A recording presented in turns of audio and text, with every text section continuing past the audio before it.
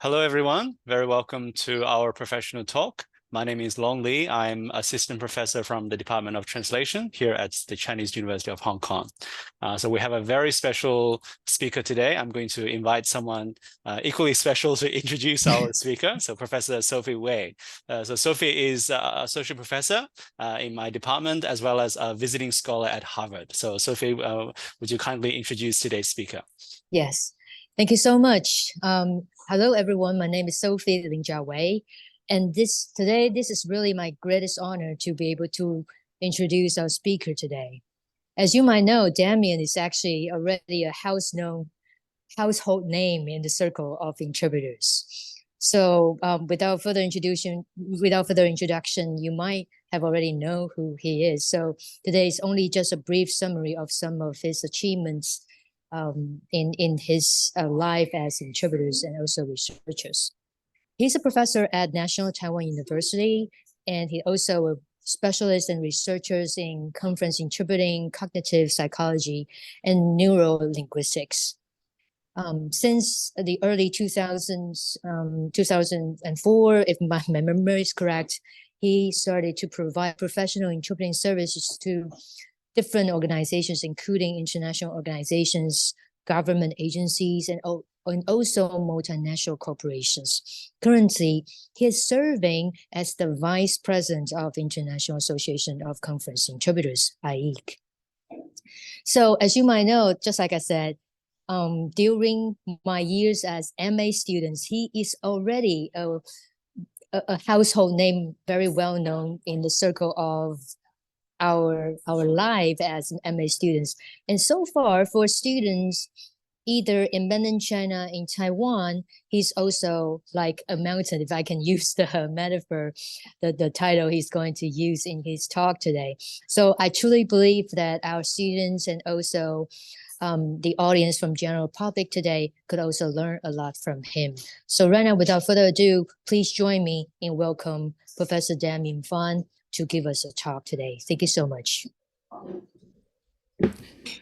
Thank you. Thank you, Sophie. Thank you, Professor Wei. Thank you, Professor Li, for the invitation. Let me start sharing my screen. Give me a moment.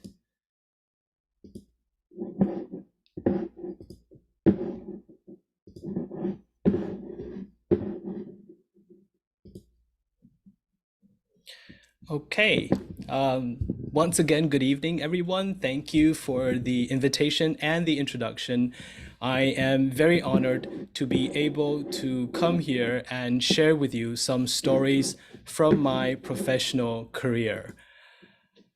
Their influence has shaped my identity as an interpreter, guided my teaching methods and content in the classroom, and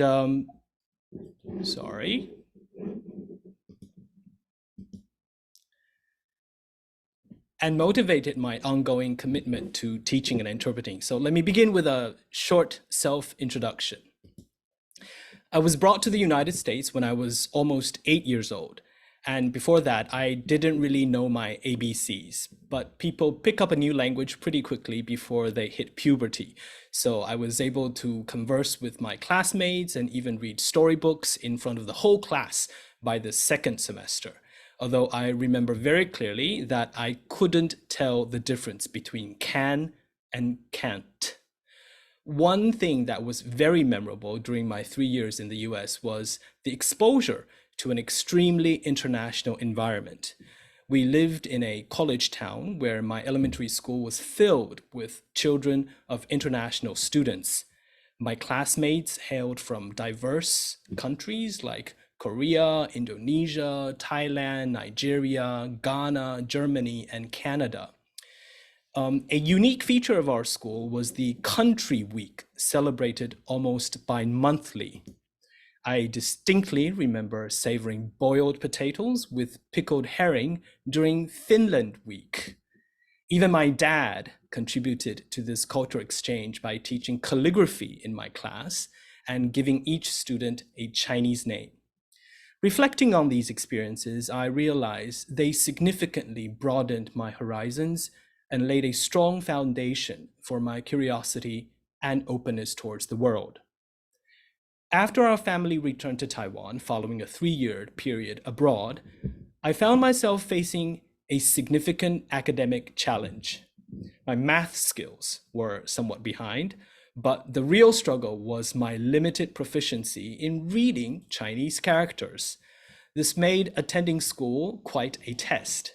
However, with the intellectual gifts from my parents and a naturally competitive spirit, I quickly managed to pull up my grades and catch up with my peers.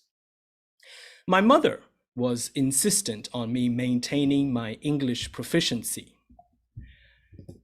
As a result, I had a morning routine, waking up at 6 a.m. Monday through Saturday to tune into an hour-long English lesson on the radio before school.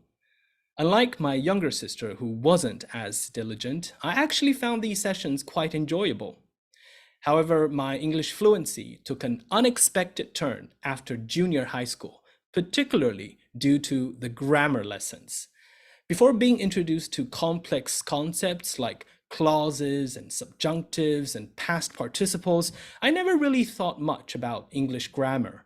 But after learning these prescriptive rules, I began to lose my natural, spontaneous way of speaking, becoming overly conscious of my grammar.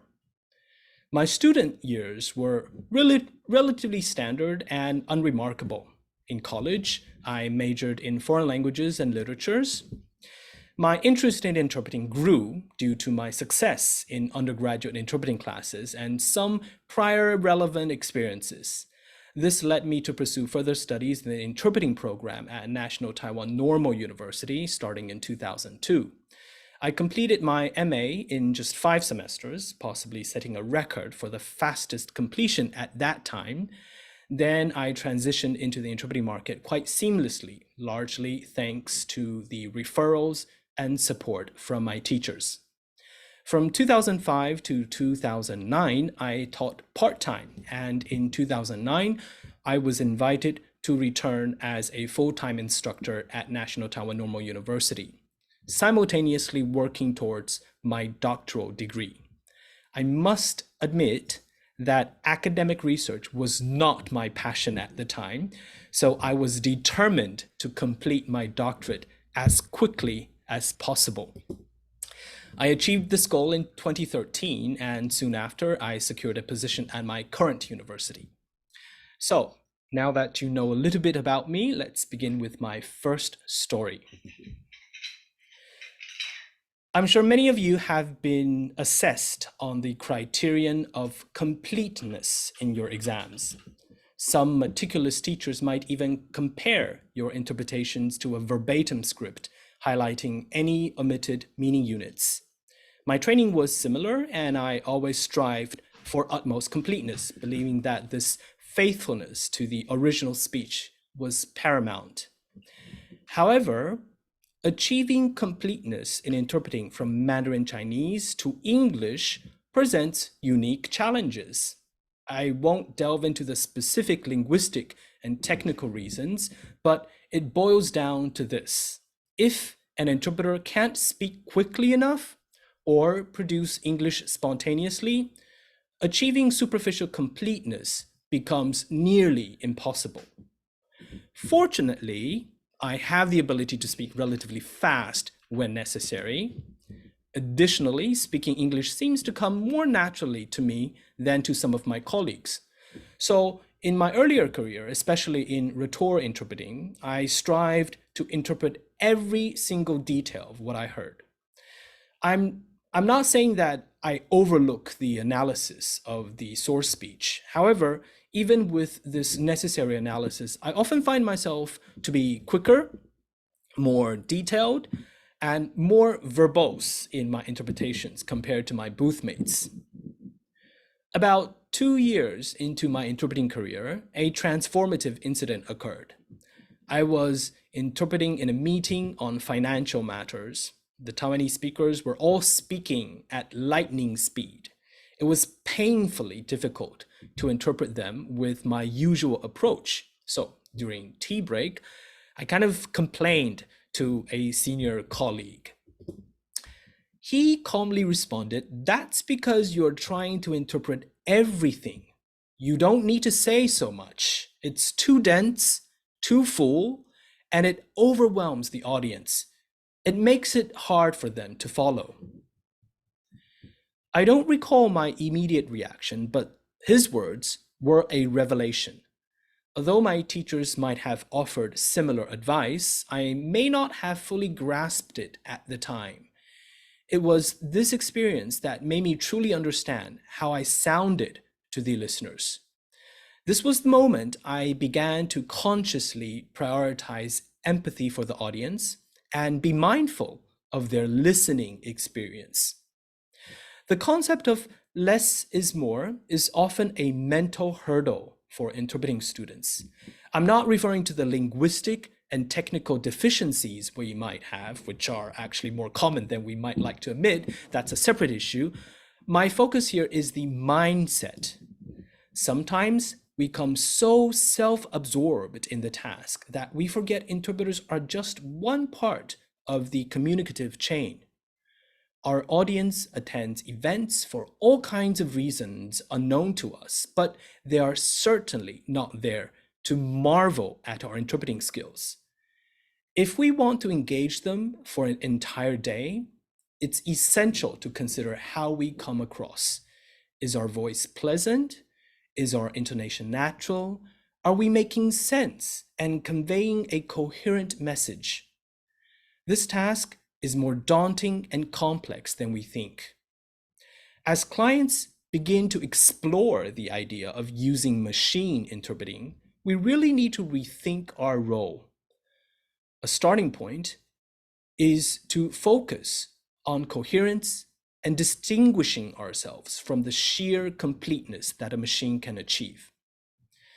I am eternally thankful to that colleague. He's usually laid back and easygoing, and that's why his willingness to share insights and offer candid feedback were especially meaningful and genuinely collegial. Despite the best intention of interpreters to deliver quality service to our clients and audiences, this goodwill isn't always reciprocated. I've come to accept this harsh reality through various unsettling experiences. Many of these exasperating experiences come from speakers in academia, just like me, professors, scholars, and self-proclaimed experts who often view themselves a cut above everyone else.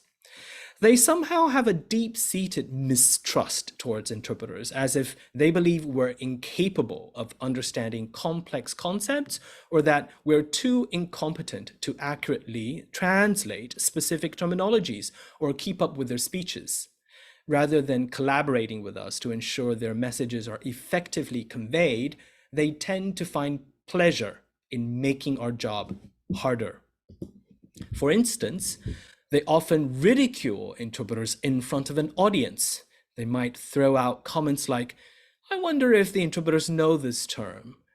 Up next is a complex segment. My students struggle with it, so I doubt the interpreters can handle it." Or, "I'll repeat this in English or Chinese later, as I'm not confident in the translator's abilities." I remember interpreting for a renowned scholar in Taiwan who was discussing his science education initiatives from his time as a director of a science museum. Right after his introduction on stage, he openly expressed his displeasure about having his speech simultaneously interpreted into English for foreign attendees. I was shocked by his rudeness, not only to me and my colleague, but also to the audience members who didn't understand Mandarin. Then, mid-speech, he said, "Okay, the reasoning behind that policy was quite intricate. I didn't listen to the translation, but I'm certain the translators couldn't capture my ideas accurately. But regardless, the policy was a success." I was still in my 30s at that time, and I felt a surge of adrenaline. My colleague had to physically restrain me to prevent me from leaving the booth, confronting him on stage, and punching him in the face. During the coffee break, still seething, I approached the organizer to express my frustration. I explained as calmly as I could that it was both inappropriate and unfair for the professor to publicly insult the interpreters, particularly without having listened to our interpretation. And even if he had, he wasn't in a position to judge our work. In my view, these speakers drag innocent people into their tasteless tactics because they lack the charisma to captivate the audience otherwise. It's like when some men toss around sexist jokes about women as a cheap form of humor, or when people with lighter skin tones mock other races that have darker complexions, or when people with, when mainstream heterosexuals make fun of gender minorities. The real challenge for us as interpreters is the obligation to repeat certain remarks in another language. Enduring the emotional labor of translating discriminatory comments is one thing. Experiencing the discomfort of hearing these words from our own mouths as if we are the ones belittling ourselves and others is another level entirely. When I was younger, interpreting for certain individuals often left me feeling irritated and defensive. It was only when I heard my own students complaining about the speakers in the class materials that I became aware of my own prejudices. However, rather than suppressing our impulses, remaining neutral, or numbing our emotions, I believe we should develop the ability to weep for the heroine while admiring the zoom shot. And I will elaborate on this in the final part of my talk. This incident is just one of many that highlight the lack of agency for conference interpreters. We don't hold much significance for many people. Indulging in self-aggrandizement only makes us more pathetic. Another example highlighting our limited capacity to effect changes is the fact that our interpreting performance is often affected by factors beyond our control. Most of my colleagues are dedicated to professional excellence. They accept assignments with responsibility, prepare thoroughly, stay updated on current affairs, and continuously enhance their language skills. They also lead healthy lifestyles and even practice meditation to ensure peak performance. Unfortunately, many factors can affect this performance. And more critically, these factors are often beyond our control. If we are unwilling to acknowledge the limitations inherent in our job or react to such realities in an unhealthy way, we fall into the trap of either becoming angry, discontent cynics or anxious, egoistic perfectionists. In both cases, we risk losing sight of the very essence of our profession, effective communication. It is essential then to find a balance, to understand that while we strive for perfection, we must also accept the inevitability of human fallibility. This acceptance doesn't mean lowering our standards, but rather recognizing and adapting to the complexities and unpredictability of real-world situations. And when I say recognize and adapt, I'm not referring to the technical aspects of our work. It's not about choosing which conversion skill or strategy. I'm talking about our mindset. How do we perceive and respond to unfolding crises in relation to our role? For example, as we are relatively fluent speakers of a foreign language, we often forget how agonizing it is to give a professional talk in front of so many people in an unfamiliar language.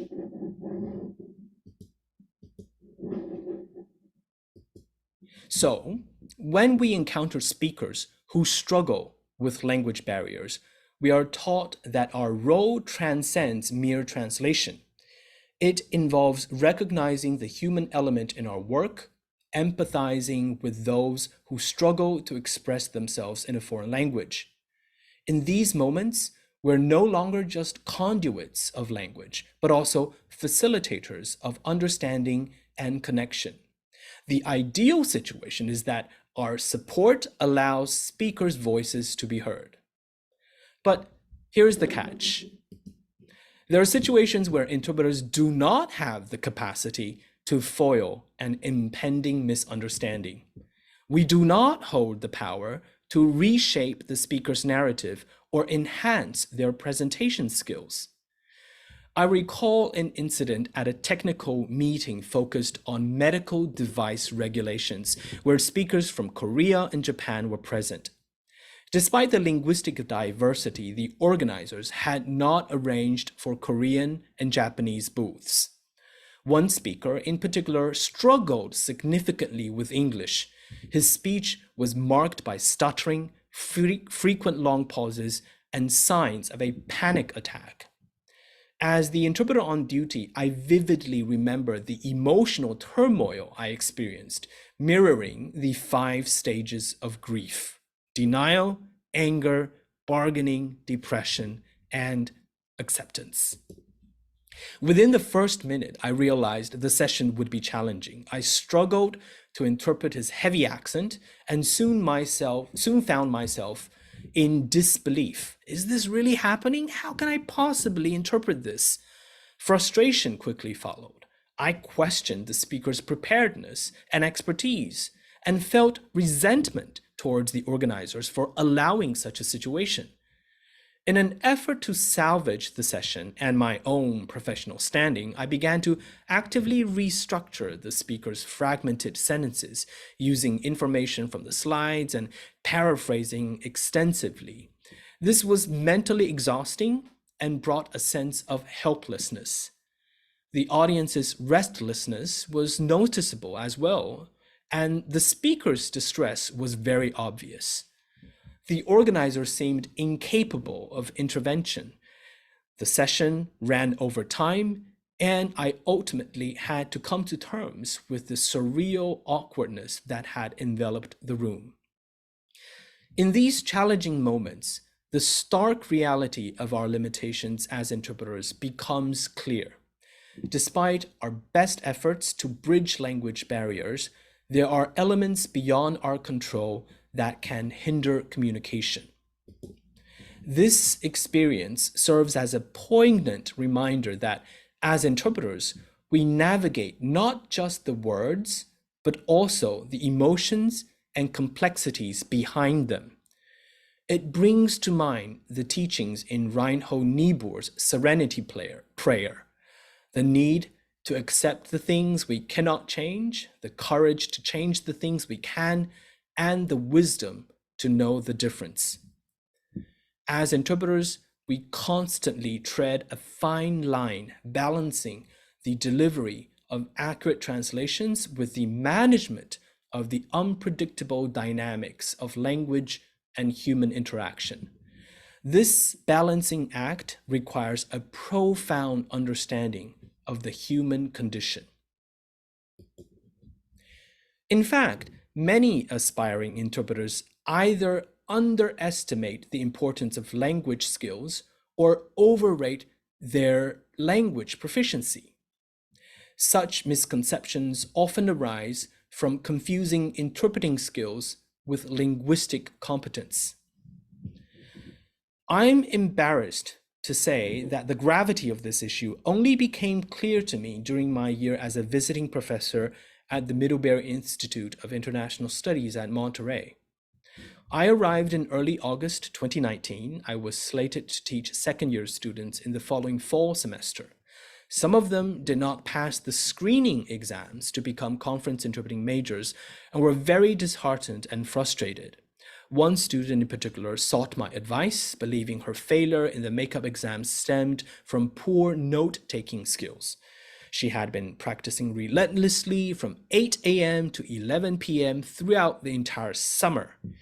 It was astonishing to think someone could forego Monterey's beautiful summer to stay indoors all day. Yet what intrigued me more was why her intense efforts hadn't borne fruit. So I played a random video clip and observed her note-taking technique. Honestly, I've never seen something like that because she literally transformed every English meaning unit into a symbol. When it was her turn to interpret, she pointed her pen at each component of her notes, one after the other, and tried to reconstitute the message by stringing the Mandarin words into a sentence. Her approach obviously signaled that she misunderstood what consecutive interpreting is about. I tried to explain the idea of message versus form, or what is usually understood by many as deverbalization, but it seemed that she couldn't grasp the concept. So I played the video clip one sentence at a time and asked her to interpret. She was slightly more successful in getting the meaning across, but the linear structure of her interpretation and the lack of cohesive flow indicated that a superficial understanding of the speech. Ultimately, I realized the root problem was a deep flaw in her listening comprehension, which is arguably the most important language skill for an interpreter. I've seen too many students work hard only to realize too late that their language skills aren't strong enough. It's tough for them to accept that without solid language foundations, they can't fully understand or use the skills needed for effective interpreting. Some do come to terms with this reality, but then they hesitate to put in the necessary time and effort to boost their language abilities. They aren't reading critically, speaking or writing in their B language, or thinking deeply about how they use language.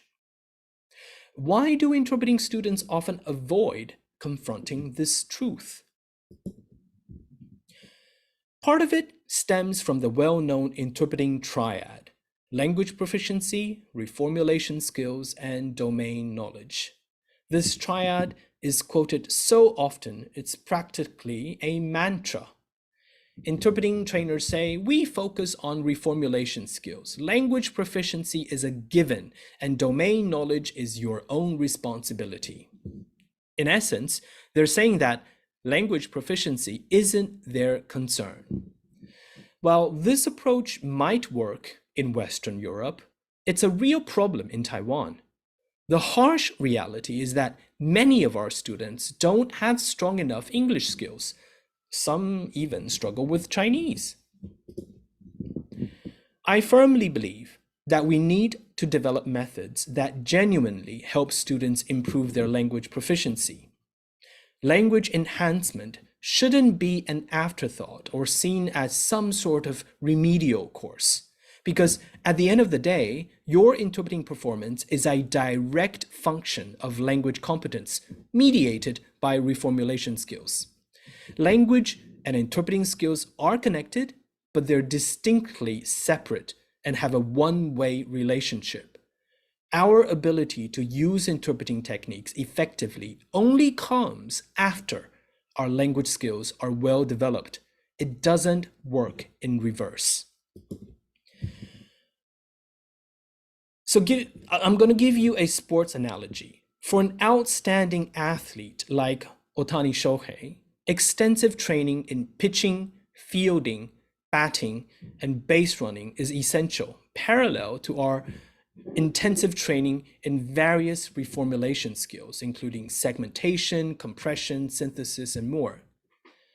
However, to excel in these tasks, foundational abilities like speed, strength, balance, agility, and coordination are crucial. If Ohtani focused solely on swinging without strengthening his core muscles, he wouldn't see improvement in his performance. He might even get injured. That's why serious athletes prioritize overall fitness and mental well-being, knowing that their skill level is capped by their physical and mental capacities. Similarly, in interpreting, acquiring advanced reformulation skills requires strong foundational language abilities. Merely practicing note-taking without improving listening comprehension isn't going to enhance consecutive interpreting performance. Likewise, to effectively utilize interpreting skills, strong active language competencies are necessary. Knowing how to segment complex sentences in one language is only useful if you can articulate those thoughts clearly and concisely in another language. So in essence, the heart of our work as interpreters lies in our language skills. They are the bedrock upon which all our interpreting abilities are built. Without a solid foundation in both our source and target languages, our efforts in other aspects of interpreting can only take us so far. It's like building a house on shaky ground. Language skills aren't just an important part of the puzzle. Oftentimes, they are the puzzle.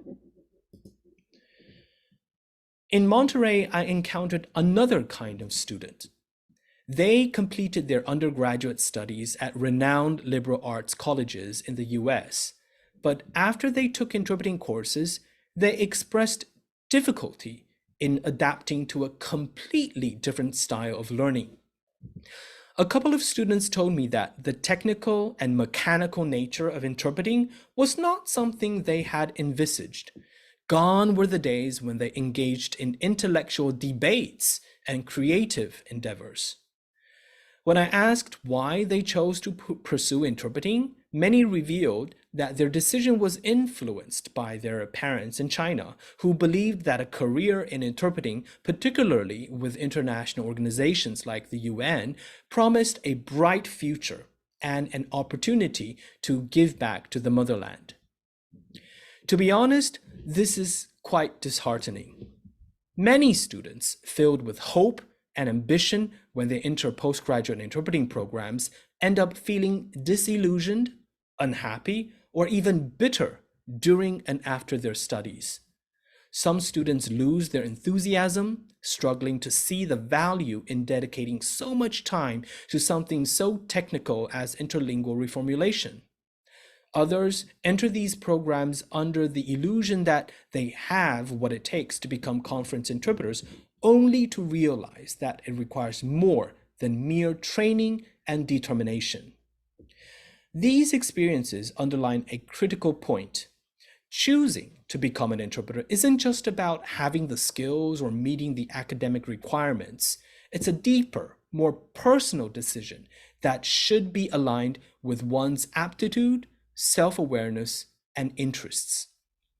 This lack of self-awareness and indifference towards self-discovery among students can be attributed to a complex interplay of three major factors. 1, the elevated status of the English language. 2, deep-rooted Confucian beliefs. And 3, an influential public image campaign that emerged in the early 2000s. First, there's the post-colonial context. For many East Asians, English is a compulsory subject from a young age. In our societies, fluency in English is often equated with higher socioeconomic status, intelligence, and worldliness. This elevates English speakers to a spotlight, offering them more opportunities, a status further amplified by globalization.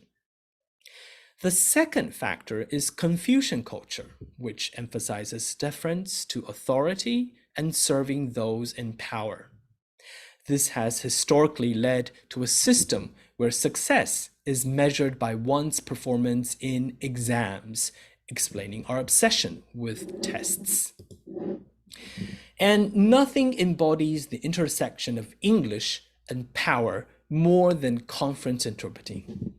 Conference interpreters are seen as proxies of power, yet they remain unaccountable observers. This role aligns neatly with the traditional Chinese mindset, leading to the glorification and romanticization of conference interpreting in China and Taiwan as a prestigious and noble career.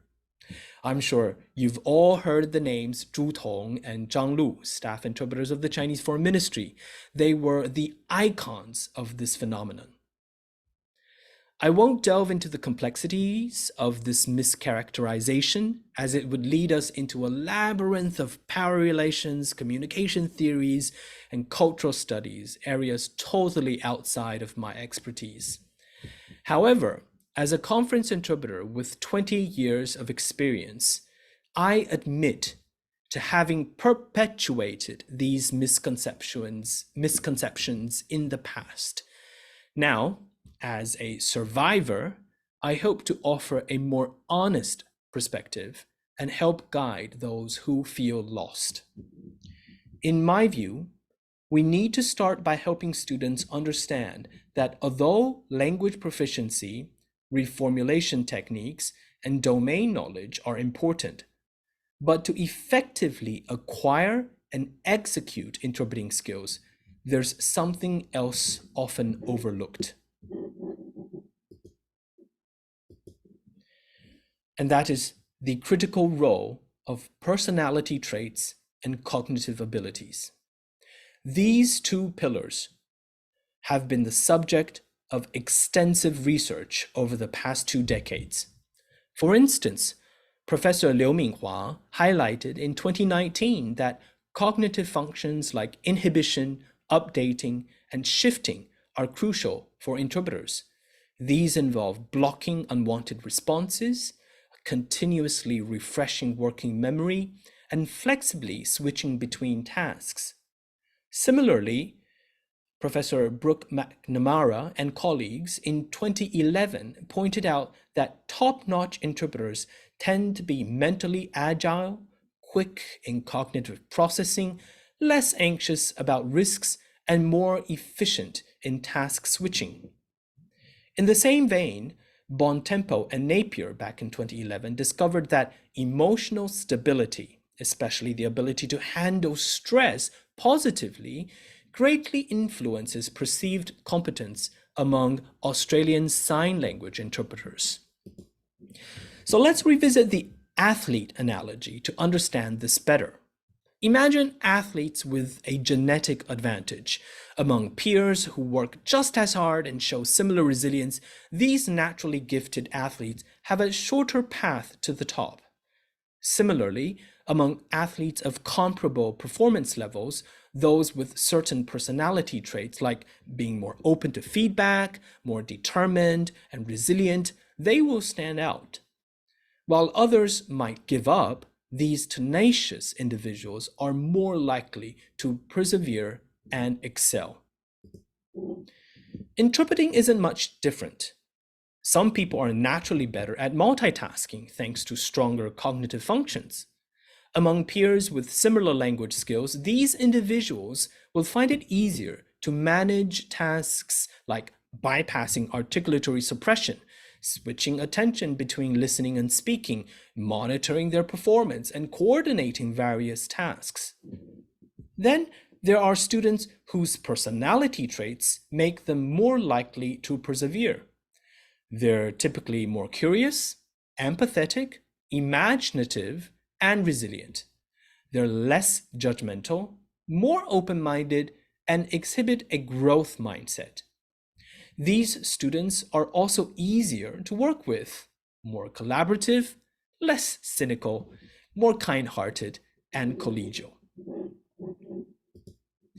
It's crucial for students to understand that interpreting isn't for everyone. Failing to excel as an interpreter shouldn't be seen as a lack of intelligence or effort. Even with strong language skills, it doesn't automatically mean you're destined to be an interpreter. Or to put it in another way, pursuing a career in interpreting isn't a necessity, even if you're highly proficient in languages.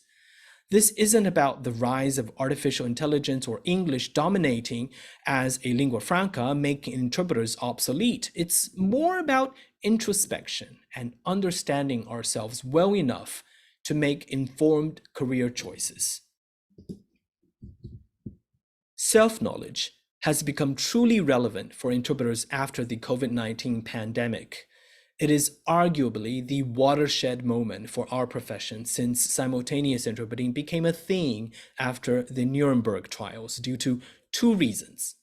One, distance interpreting by way of video conferencing platforms will fundamentally change how interpreters interact with employers, speakers, audiences, and colleagues.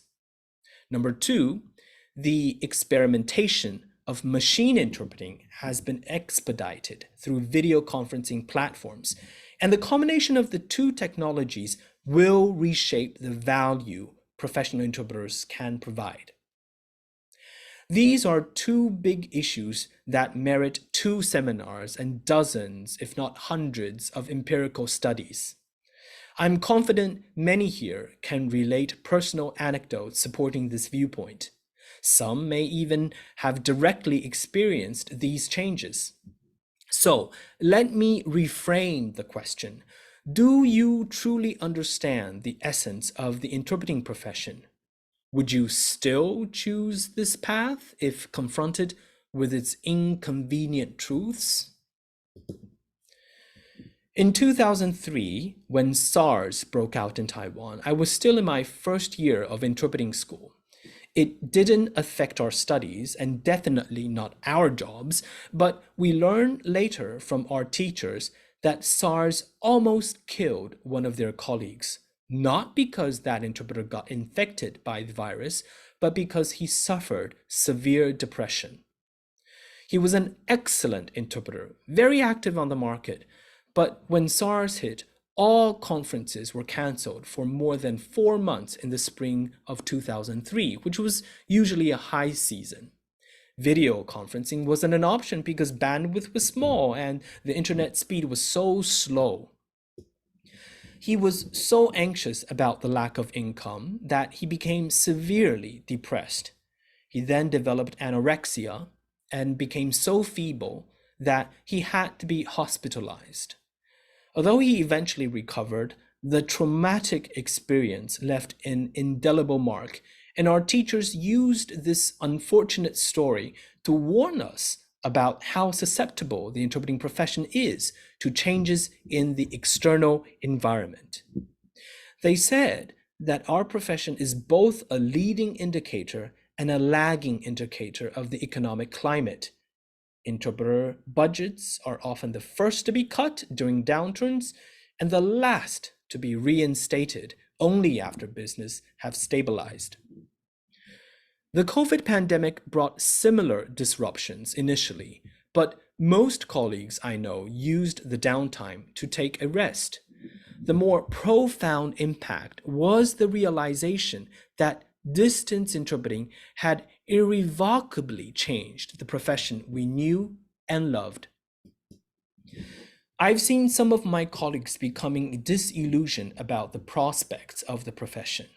They feel that they don't recognize the profession anymore because distance interpreting has deprived us of many things they liked about the job. They no longer travel to exotic destinations for work.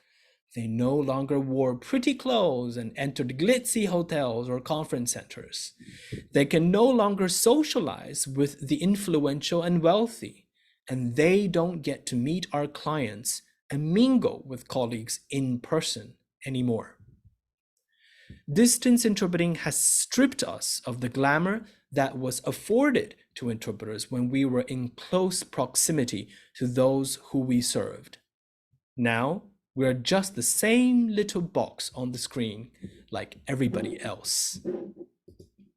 We no longer enjoy the secret joy of being someone who seemed to have access to some hidden privilege.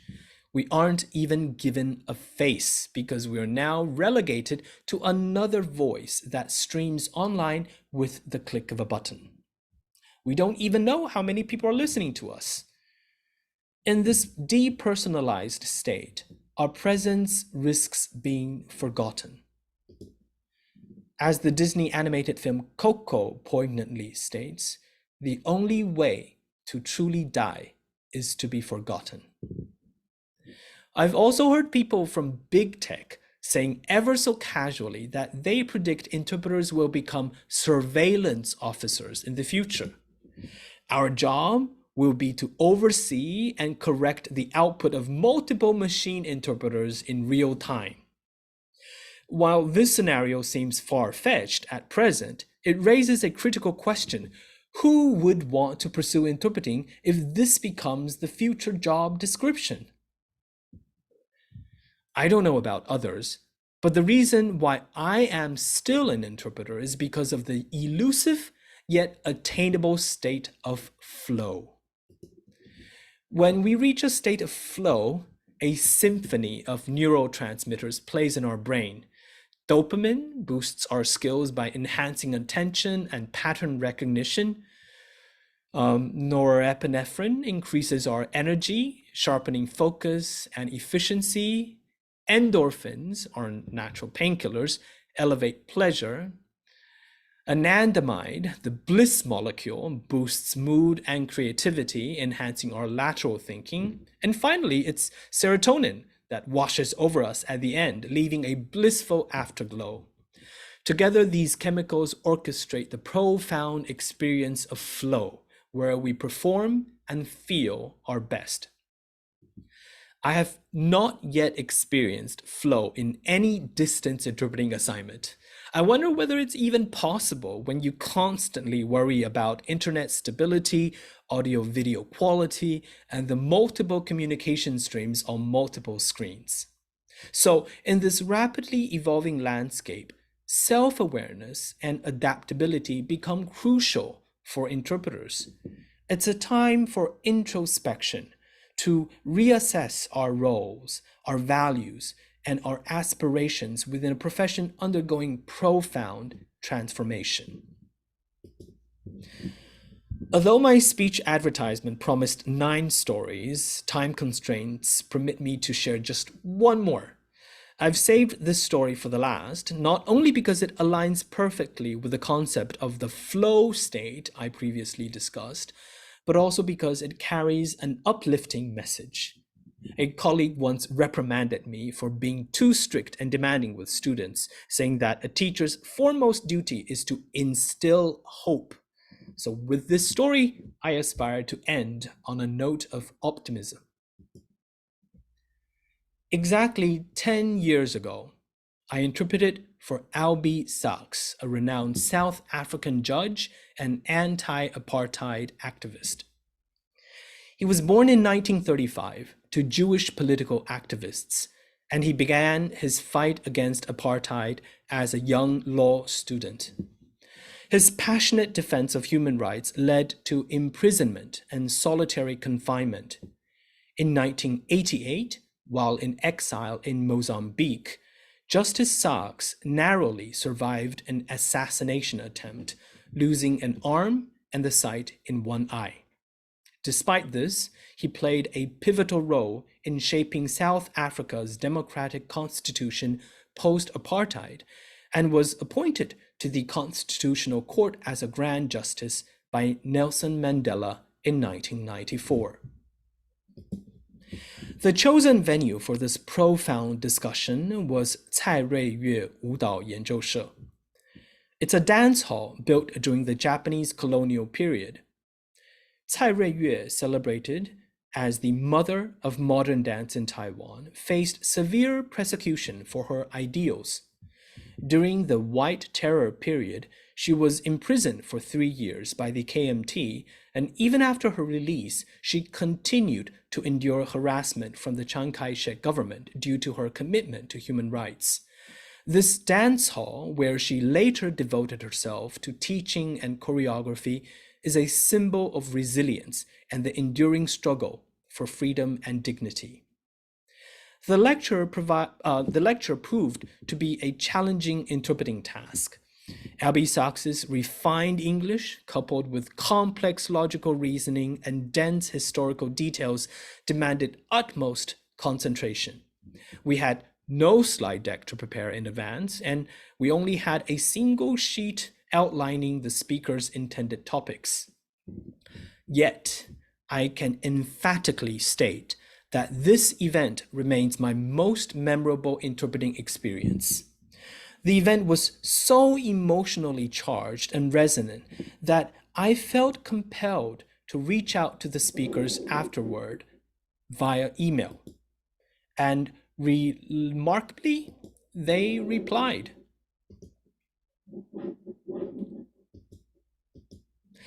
To conclude my talk, I would like to share these 3 emails with you. I first wrote, "Dear Justice Sachs and Professor Yoshino, please pardon me for writing this out-of-place email, but I would regret and be remiss if I did not. I feel privileged to have had the opportunity to interpret your talks and discussions last evening at the old dance hall. This is my 10th year as a conference interpreter, and I would unequivocally say that the 2 hours last evening have been the highlight of my career so far. We interpret for thousands of people in hundreds of events every year, and memorable lines are not as easy to come by as people would imagine. Simultaneous interpreting is in itself a test of the extremes of human cognitive capacity, and we often find it taxing our mental capacity so heavily that we don't always have the luxury to feel the messages with our heart. However, I felt every line you said. If I could, I would have transcribed every single sentence and imprinted them in my mind. It was not only what you said, but the way you said them that made them so moving and heart-wrenching at times. There was so much conviction and compassion that I almost violated our professional ethics and broke into tears. I didn't, or I would have done both of you and the audience a disservice. I hope as interpreters, my colleague and I have made a small but significant contribution to spreading the ideas of human dignity, equality, and love. Thank you very, very much. 40 minutes later, Justice Sachs replied with this message. Dear Damien, it is quite wonderful to get a note like this. We are all part of a worldwide community trying to enlarge and enrich the imaginations of our fellow human beings. Interpreters link us up with people we might never otherwise be able to reach, and good interpreters do so in remarkable ways. Last night was quite memorable. The place, the people, the moment, and the extraordinary intellectual exchange. It was truly rare for me, the audience sitting on the dance floor and the interpreters totally involved in the process. Thank you, and everyone who made the encounter uniquely moving for everyone present, the speakers included. And Professor Yoshino replied 30 minutes after that. Dear Damien, I would like to add my heartfelt thanks to Albies. Your letter was quite extraordinary, and I'm so appreciative that you took the time to write it. I have done some amateur simultaneous interpretation of my own from Japanese to English, and so I have a glimmer of the challenges entailed in the enterprise. The literary critic Helen Wendler once asked whether we could weep for the heroine while we admired the zoom shot.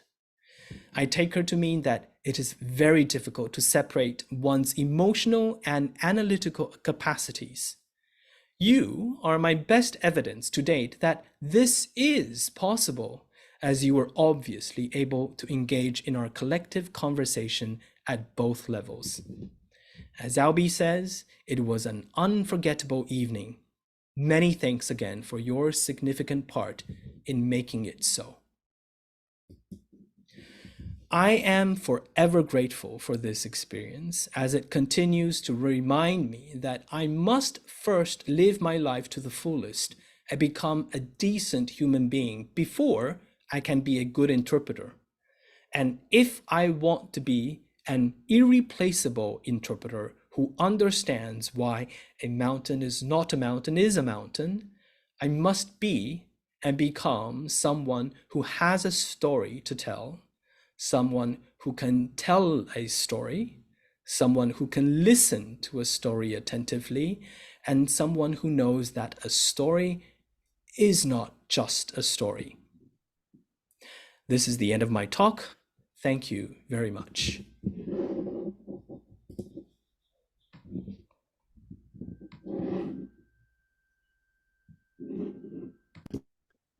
Wow, thank you so much, Professor Fan, for your storytelling. Yeah, very inspiring and informative. There were many points that I strongly agreed, and I've learned a lot from your presentation. Excellent time management as well. Thank you very much. I must say, it was really, really pleasant to listen to your voice, because you did mention about the voice quality and the listener's experience. Yeah, I can indeed tell from the way that you tell your story that it's really pleasant to the ears. Yeah, so thank you so much for that. Now we have about 25 minutes for questions and comments. And so if you have any questions, feel free to leave them in the chat, or you can also raise your hand and you can also raise your question verbally. I think we already have some questions in the chat. So from Chris, I would like to know that for Damien, what is the most effective ways to improve English proficiency? Yeah, so definitely, I strongly agree with the importance of bilingual proficiency. And so it can be practices or methodologies. Okay, I can talk about this for at least an hour, but to be very, very brief, I would say so we often talk about the 4 proficiencies that we need to have, right? Listening, speaking, reading, and writing. For interpreters, of course, it's more about listening and speaking. Listening is a passive competence, while speaking is an active competence. And among the 4, I would say that listening comprehension in your B language or in your L2, which to most of us would be English, would probably be the most important thing. So you need to improve your English comprehension, listening comprehension first. And to do that, my only method and the only thing I'd ask my students to do is dictation exercises, listening to a line or two, a sentence or two, or even half a sentence, and writing the sentence down. Of course, now we type, which is fine as well, but you need to be able to hear every single word. And you play the sentence or the clip for, 5 times maximum. If you cannot decipher what that sound is, then that means you don't know that word, you don't know that expression. You have a hard time, differentiating the sounds from each other. And then it goes back to whether or not you know this vocabulary or not. So I think dictation is probably the most important exercise. You would need to write every single word down. And with so many texts that, there are audiobooks or there are read out articles. For example, I know that The Economist has these read out files that you can subscribe to or you can download. Same with, for example, the NPR, the National Public Radio of the US. There are a lot of these where you have both the text and also the audio file. Same with all the TED Talks with the transcriptions. So using them well and making sure that you do dictation exercises every single day, maybe 30 minutes a day. You will see the results in, and here's the catch, in probably 6 months. You have to be able to really persevere for 6 months before you will see significant results. And I can tell you that from my personal experience, because in my first year as a freshman in university, we had a course called, I don't remember the English name, but it had something to do with listening comprehension, 英语听讲实习. And for the entire year, it was a 1-credit course. for the entire year, we just simply did dictation exercises. And back then when I was a student, there were no, MP3 files. So we had a cassette tape. We had to bring 2 cassette tapes, one for the teacher to record the homework for this week, and the other we practiced at home. And I had to spend like maybe almost 2 hours every day to complete the assignment, just to simply complete the assignment. It was very, very stressful. And the content was very, very difficult, because I remember very, very clearly that my professor just returned from the UK, so the most of the content was the Ruth, I think it's the Ruth lecture series on BBC. Anyway, it was everything about BBC, and I clearly remember the first talk that we did, that we had to dictate, to transcribe, was this discussion between an Oxford professor and another professor from the University of Heidelberg, if I remember correctly, talking about the poems of Yeats. Come on, I was a freshman. I don't even know who Yeats is. So it was, and then you can of course also hear the German accent and all that. So it was very, very difficult. But our professor was very, very effective, because she would give us these very, very difficult passages for example, 3 months, and then she would insert one very easy task. And it's so easy. It's like, it's a very hot day. Let's go get some ice cream. Which flavor do you want? Strawberry or chocolate? It was such a, refreshing break. But this methodology, I believe, probably laid a very strong foundation for my personal listening comprehension. And why is this dictation exercise very useful? Because you read the text first. You make sure that there are no grammatical misunderstandings. You know what it means. You check all the vocabulary, and then you go to do the dictation exercise. And if you listen to it for 5 times, if you don't understand, then you just leave it, and then you come back and look at your work, inspect your performance. So this probably means that for that passage, you've read and looked very, very closely, scrutinized the text for, I don't know, maybe at least 10 times. Now, are you able to memorize that after 10 times? I bet you can. And once you memorize it, that turns into your active ability. So then okay, this term I've recited for more than 10 times, therefore it has entered my active lexicon, and I would be able to use it when I can. So that's just one exercise that I can say, but I think it would probably be the most important and most useful exercise. You will see the results in 6 months. Thank you very much for the recommendation of the techniques to improve English proficiency. So Ron asked, Ron shared that, thank you, Professor Fan, for a wonderful lecture. My question is, how did your interpreting experience shape or reshape your professional identity? And do you think interpreters are confronted with an identity crisis?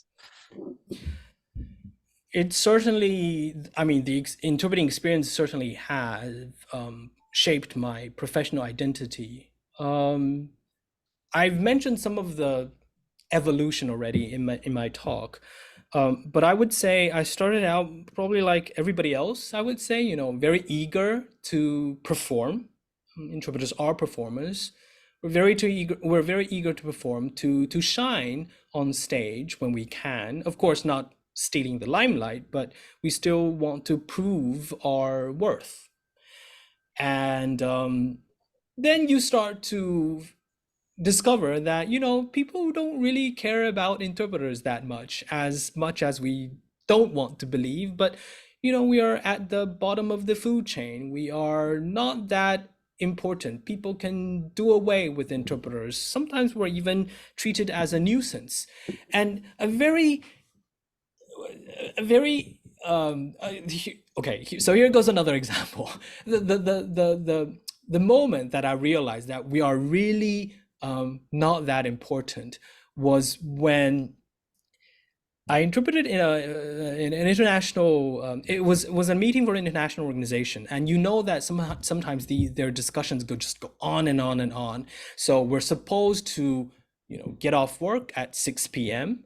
But for some reason, their discussions continued, and the secretariat kept coming to tell us that, would you be able to work past 6? Can you work until 7? And so the agency summoned all the interpreters and asked us to vote on whether or not we would like to work overtime. And obviously there are colleagues who refuse to work overtime. And then of course there are colleagues who think that, it's our job, we should help them, although there are no overtime fees, but we should still try our best. Eventually a vote had to be cast, and unfortunately, we decided to shut our microphones at 6. And so it was like probably 5:50 or something. And the chair on the podium said, we really have to try and finish our meeting by 6, because otherwise the interpreters will leave and we will have to all speak in English. Okay. But delegates, they're not going to care about whether or not they're interpreters, or they're not going to care about whether or not they have to speak English or not. They just want to finish their business. So at 6 o'clock, the chief interpreter signaled to all of us to shut our mics, and we happily retreated to our hotel rooms. And then the next day, we learned that the meeting went on until 8:30. So that means for 2.5 hours, the entire conference room, everybody in the audience was perfectly fine speaking in English. What does that tell us? It tells us that, we're not as important. There are probably really no actual dialogue or conversation going on. Of course, this is a very extreme example, although it actually happens much more frequent than we believe. So I started to wonder to myself, what is actually important? What are we trying to do? How frequent can we be of help? A lot of my observations and the anecdotes that I've told everybody are more are limited to conference interpreting. And I'm sure that as community interpreters, or if you often have to work with, for example, refugees or people who are really a language minority or immigrants or whatever, you really can make a huge difference. So I started to think about my own identity. I don't think I should be that pompous anymore. And if you can very objectively look at your own existence, you will find that it's this inner peace that probably is more important eventually. And I think that is exactly what Ron is talking about when you're saying there's an identity crisis, because as I said, with distance interpreting, we don't even appear in the conference rooms anymore. And sometimes, here everybody, at least I am, turning on my camera, showing my face. But when you're in a Zoom meeting, for example, you're on some kind of distance interpreting platform, sometimes you aren't even given a camera. I've also encountered clients who request us to change our names. Change your name into Mandarin Interpreter 1. Change your name into Spanish Interpreter 2.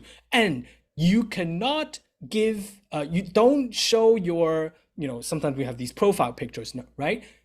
Delete the profile picture. We just want a black box. We just want the initials, right?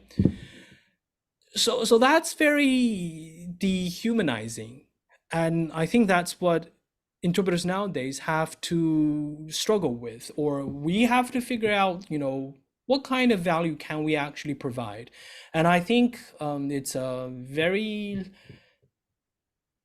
big endeavor, and we would probably need to really think outside of the box. And by outside of the box, I'm saying that we need to listen to what others have to say, listen to what colleagues, clients have to say, listen to what, for example, sometimes academia have to say. There are actually a lot of very interesting research out there that really take a very ethnographic approach to researching interpreters and what we actually do. They can provide very interesting perspectives. So I think that's all I can say for this question.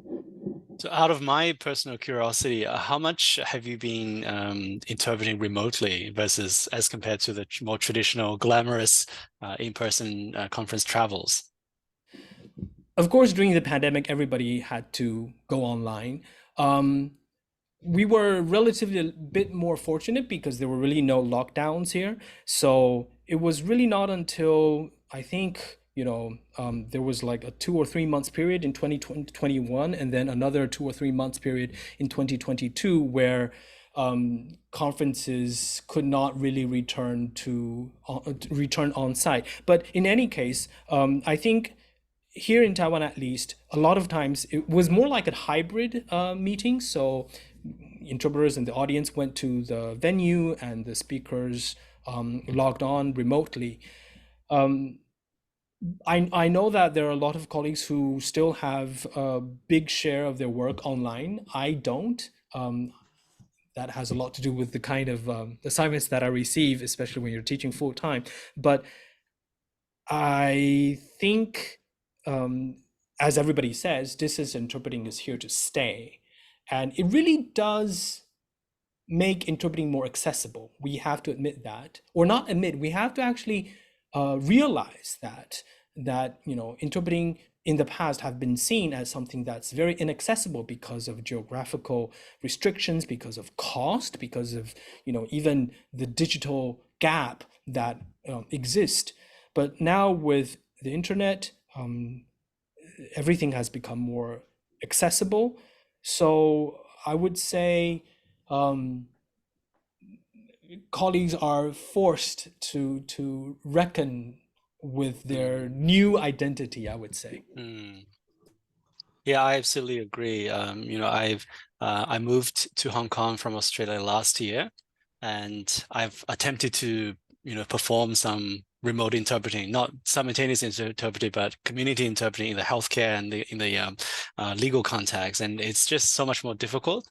And often, especially when people in Australia are in the same room and then you're the only one online, you're often left out, and there's always some audio problems, for example. So I think there's still a lot of room for improvement in terms of remote interpreting, especially if everyone is online, then perhaps it's more likely that the communication could succeed. But still, I always worry that we are losing a lot of the cues. Right, so then your kind of body language, that we can normally access in person. Yeah, so I agree that it makes interpreting more accessible, but yeah, it's not as for interpreters. Yeah, it is really it's more difficult and less satisfactory in many ways. Okay, so Kathleen has some really interesting questions. How and when you knew you have succeeded as an interpreter, and how do we know we're on the right track, and whether we have or we don't have a future in the freelance interpreting market? Usually we start knowing about whether we're successful or not when other people come to tell us, when other people give us feedback.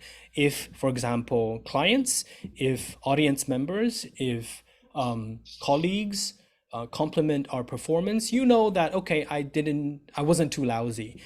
With repeating compliments, you have a bit more confidence. So I think a lot of the affirmations come from the outside world in the beginning.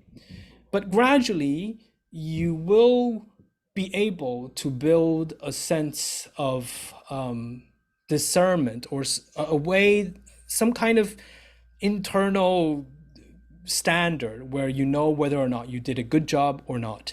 And you will also know whether you performed well or not, because of what reason. Was it because you didn't perform well enough? Was it, I'm sorry, prepared well enough?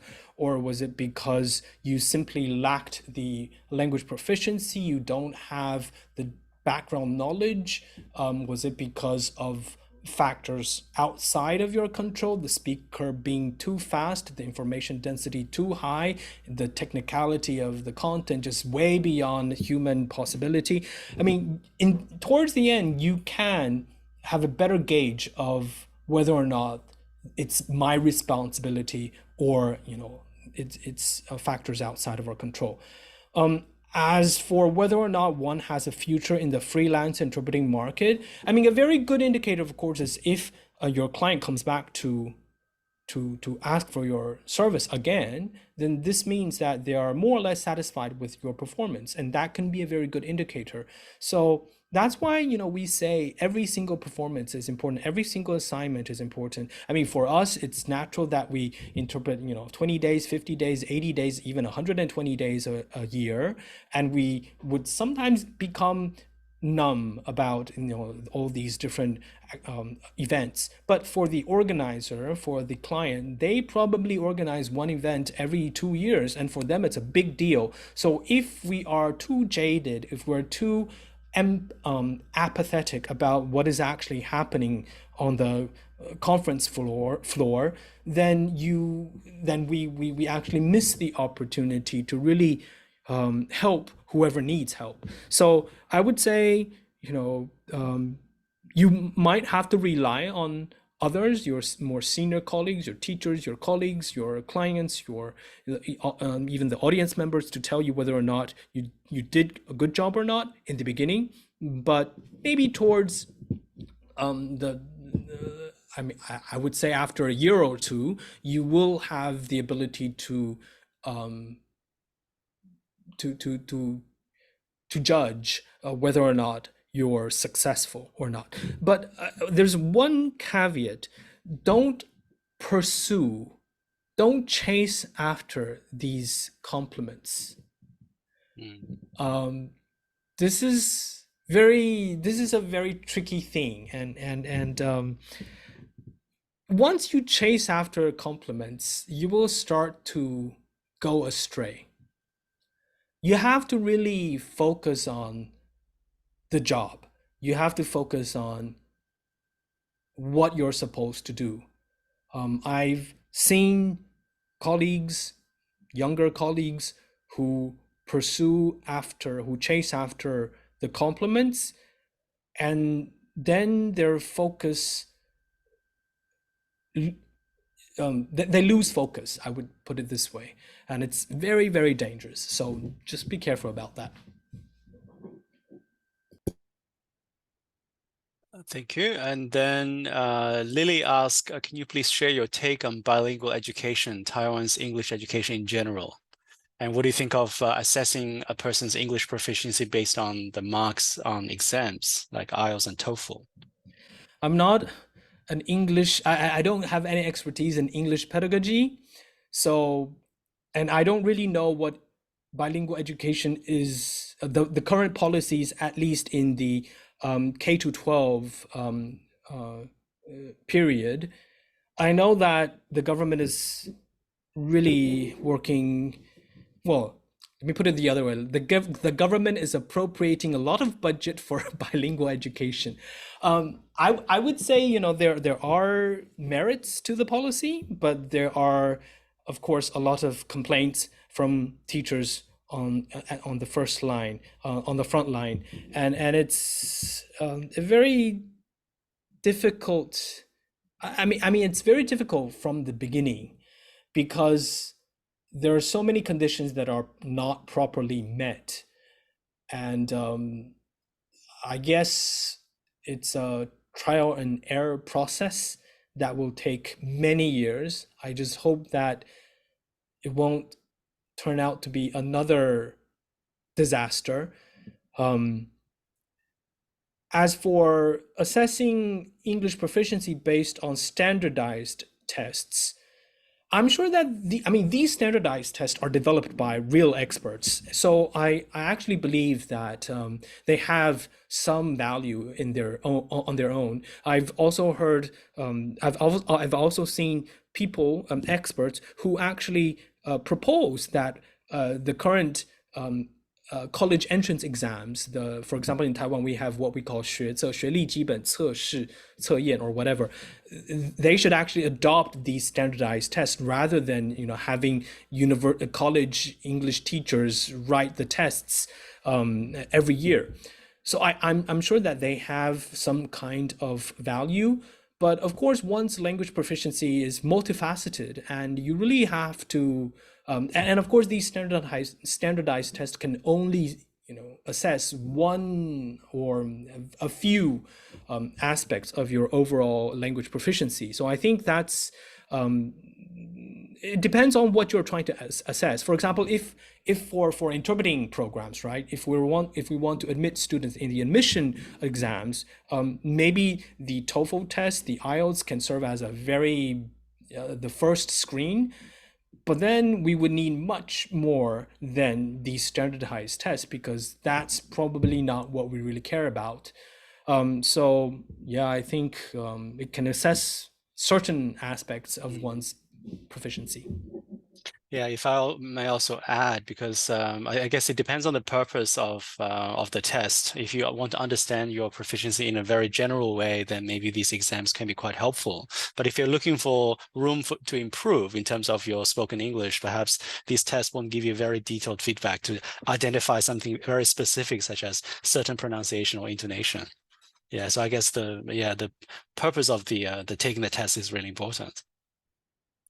And Nana also asked whether you could expand on the idea of interpreters as proxies of power, glorification, and the romanticization of this profession.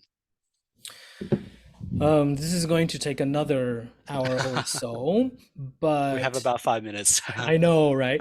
So I think, okay, so the reason I say they're proxies of power is because a lot of what the kind of image that conference interpreting, the profession of conference interpreting has been trying to project is that we are very important.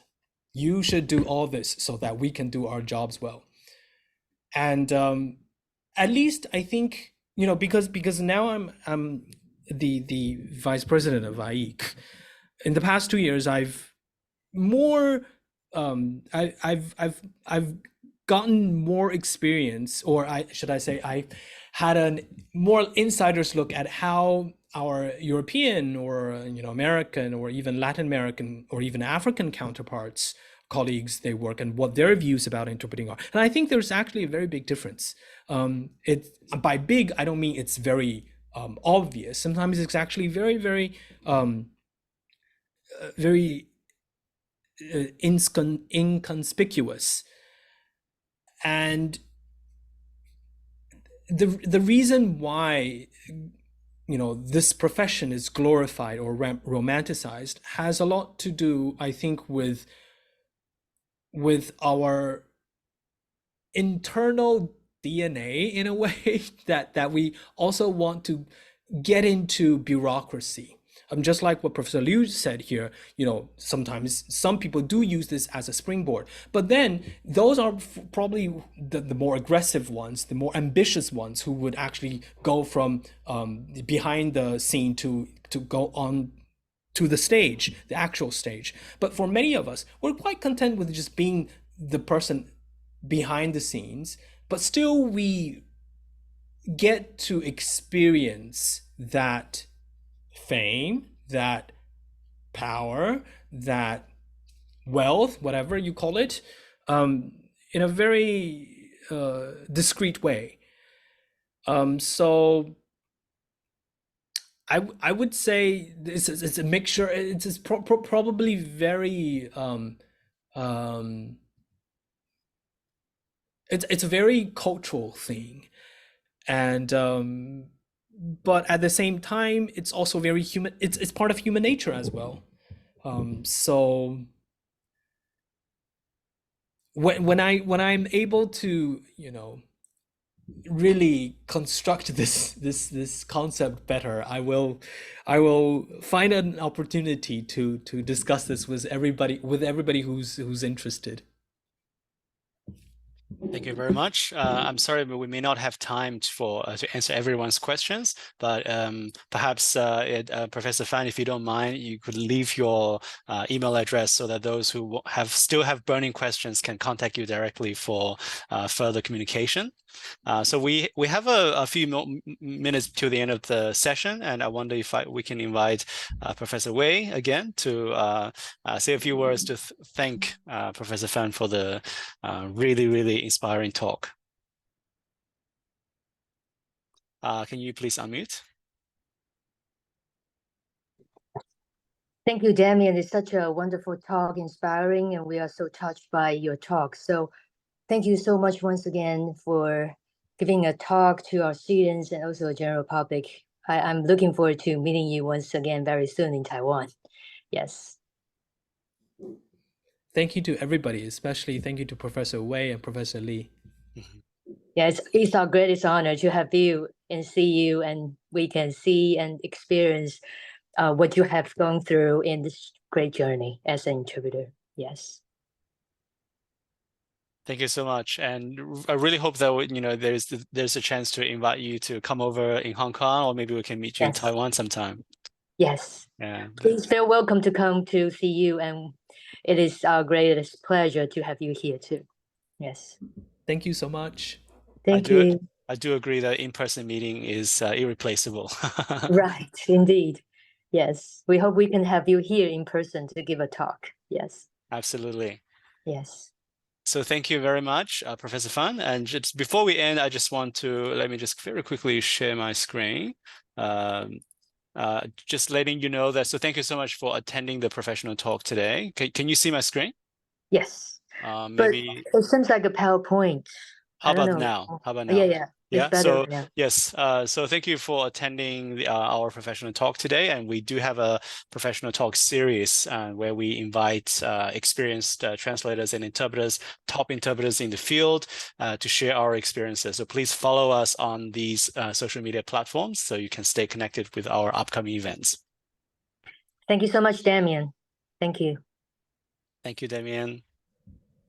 Thank you, everybody.